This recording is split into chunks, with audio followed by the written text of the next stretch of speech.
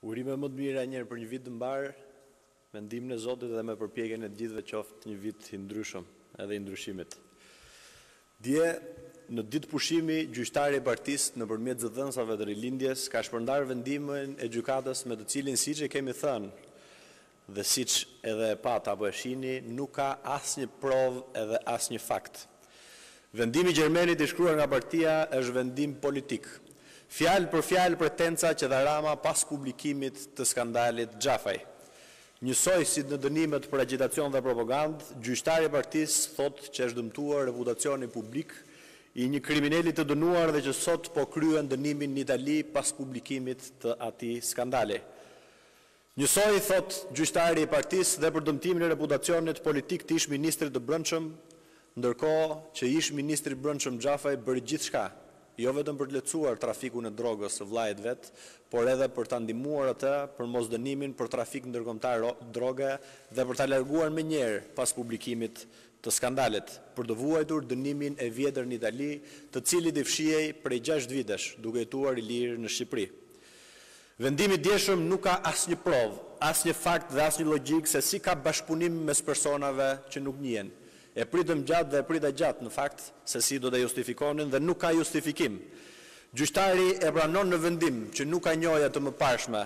mes meje apo gazetarit Oldashi dhe nuk ka asnjë komunikim dhe asnjë kontakt me dëshmitarin e sajuar Alfred Alizoti, por pavarësisht se nuk njihemi dhe nuk kemi asnjë kontakt, prap kemi bashkëpunim sipas gjyqtarit. Arsyetimi i vendimit dhe dalja e tij është bërë pa u njoftuar më parë palëve dhe pa u hedhur as në sistemin e gjykatës, duke bërë të dyshim se si dhe kur është bërë zbardhja e vendimit,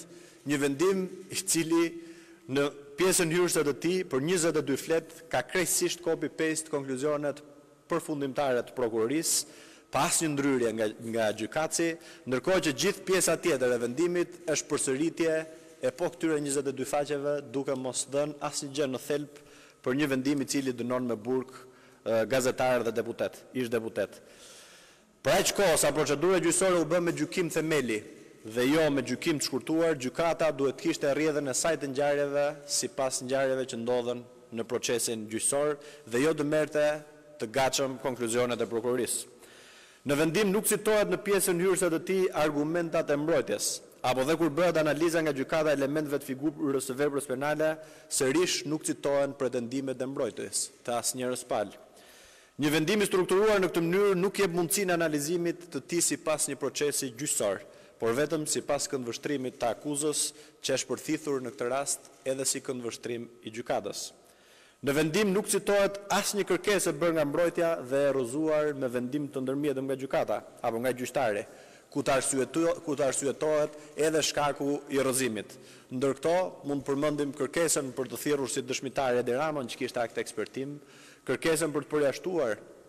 nga thirrja Agron Xhafajn për të shkuar me prokuror apo për të bërë videokonferencë për ta thirrur dhe për të dëgjuar zërin gjithë qytetarët e tjerë. Një nga faktet e falsifikuara trash në vendimin e gjykatës është po njësoj edhe në komunikimin publik të përfaqësuesve të Partisë Socialiste, është pretendimi se nuk është dorëzuar materiali origjinal apo materiali bruto. Gazetari Oldashi ka dorëzuar materialin origjinal, por qëllimisht kur kanë bërë ndarjen e dosjes trafikimit narkotikëve nga ajo e kallëzimit të rrem, materiali origjinal është lënë pjesë e dosjes trafikimit dhe pavarësisht se e kemi kërkuar shpesh në gjykatë që të merret materiali bruto dhe të çojë për ekspertim në Britani, prokuroria dhe më pas dhe gjyqtari i kanë shërbyer falsifikimit çështjes duke mos e çuar. Në gjykim është administruar dhe është kërkuar administrimi i kësaj prove, por edhe kjo kërkesë, si të gjitha, është rrëzuar nga gjyqtari në mënyrë të qëllimshme. Sot, meqense shpesh është ngritur dhe në publik, por edhe në mënyrë të turpshme në vendim, gjyqtari e citon të shkruar, po ju tregoj proces verbalin e dorëzimit të materialit bruto nga gazetari Edmir Oldashi me firmën e tij, dorëzuar të oficeri policisë gjyqësore për llogari të prokurorisë të krimeve të rënda. Ky material është materiali bruto që duhet çonte prokuroria dhe ky është materiali në fakt që kanë çuar në Itali për akt ekspertim tek policia shkencore italiane, e cila sipas prokurorisë u tha që është refuzuar. Si e kanë çuar dhe nuk dihet sepse nuk është analizuar ai material, jo kjo Jo, s'ka ma çoni pak të dyshit. Do ta shihni se si në mënyrë po me falsifikim, prokuroria dhe gjykata nuk kanë çuar materialin bruto për akt ekspertim në Britaninë e Madhe, por kanë çuar një material të falsifikuar të marrë pa asnjë element procedural nga avokati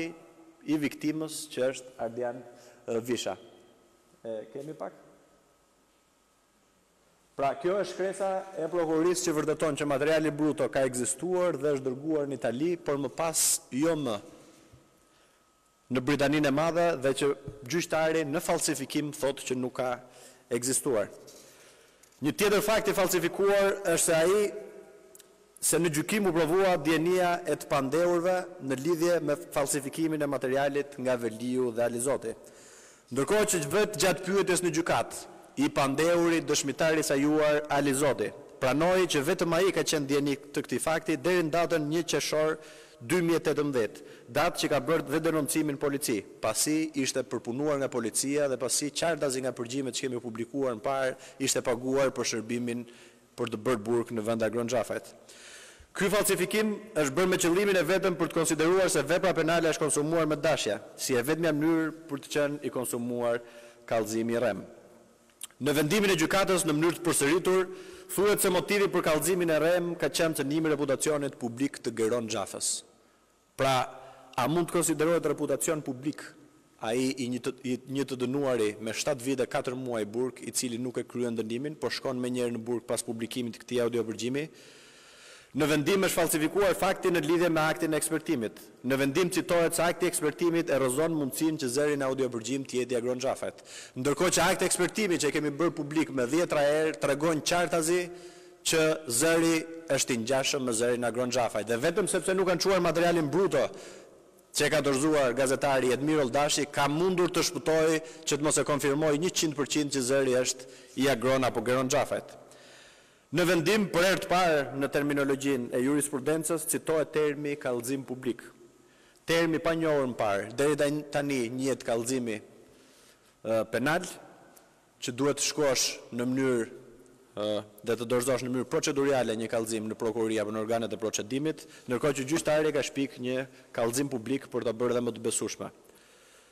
Në vendim nuk gjendet asnjë përshkrim e aq më pak ndonjë arsyetim në lidhje me drejtuesit e policisë që janë përfshirë në krijimin dhe rekrutimin e dëshmitarit të Rrem Alizoti, pavarësisht se gjatë gjykimit kemi nxjerrë përgjimet e pa transkriptuara ku drejtuesit e policisë i ofronin para dhe i jepnin lek dëshmitarit sajuar Alizoti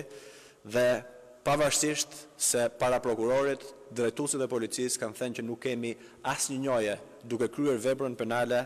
të deklarimit të rrem para oficerit të policisë gjyqësore dhe të prokurorit. Sot të dy ata duhet të ishin në burg, por edhe për këtë e shmang gjyqtari duke mos thënë asnjë fjalë apo asnjë rresht të vetëm në vendim. Falsifikimi i fakteve është i qartë dhe në arsyetimin se në datën 24, e vetmja provë që ka vendimi dhe që e kanë shpërndarë në mënyrë të komanduar apo të pilotuar nëpër media, është që unë pas kam komunikuar me Albert Veliun apo Babalen dhe pastaj kam bërë komunikimin duke vendosur me Edmir Oldashin dhe për këtë i referohen komunikimit tim në datën 24/10/2017. Mund të nxjerrim pak se si është qartazi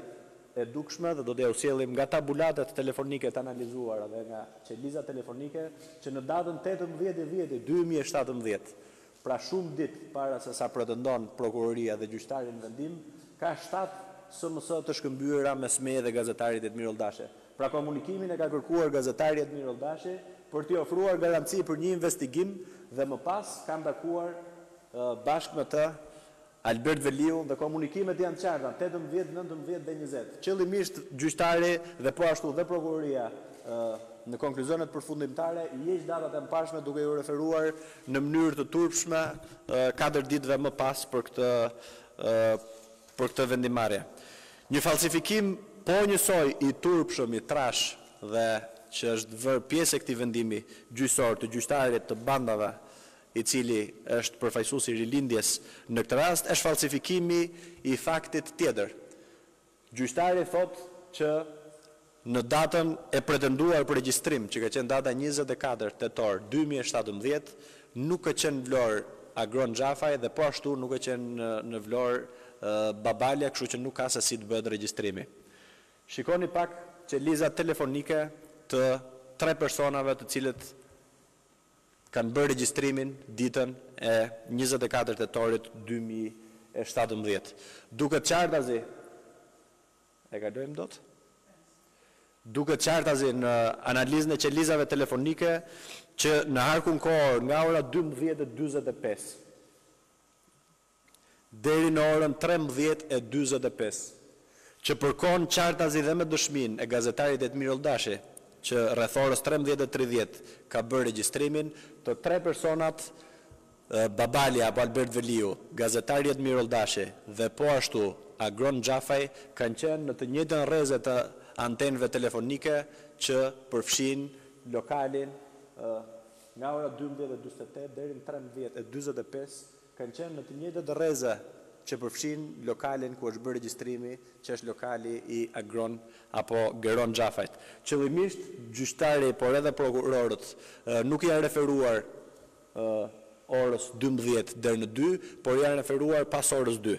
Po ashtu qartësisht në tabulatet telefonike duken komunikime të shpeshta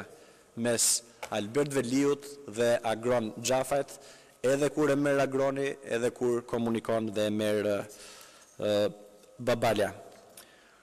Falsifikimi i fakteve është dhe konsiderimi si fakt i asaj që audiopërgjimi është realizuar në datat 14 dhe 15 janar 2018 sipas dëshmisë vetme të bërë nga dëshmitari Sajuar Alizoti.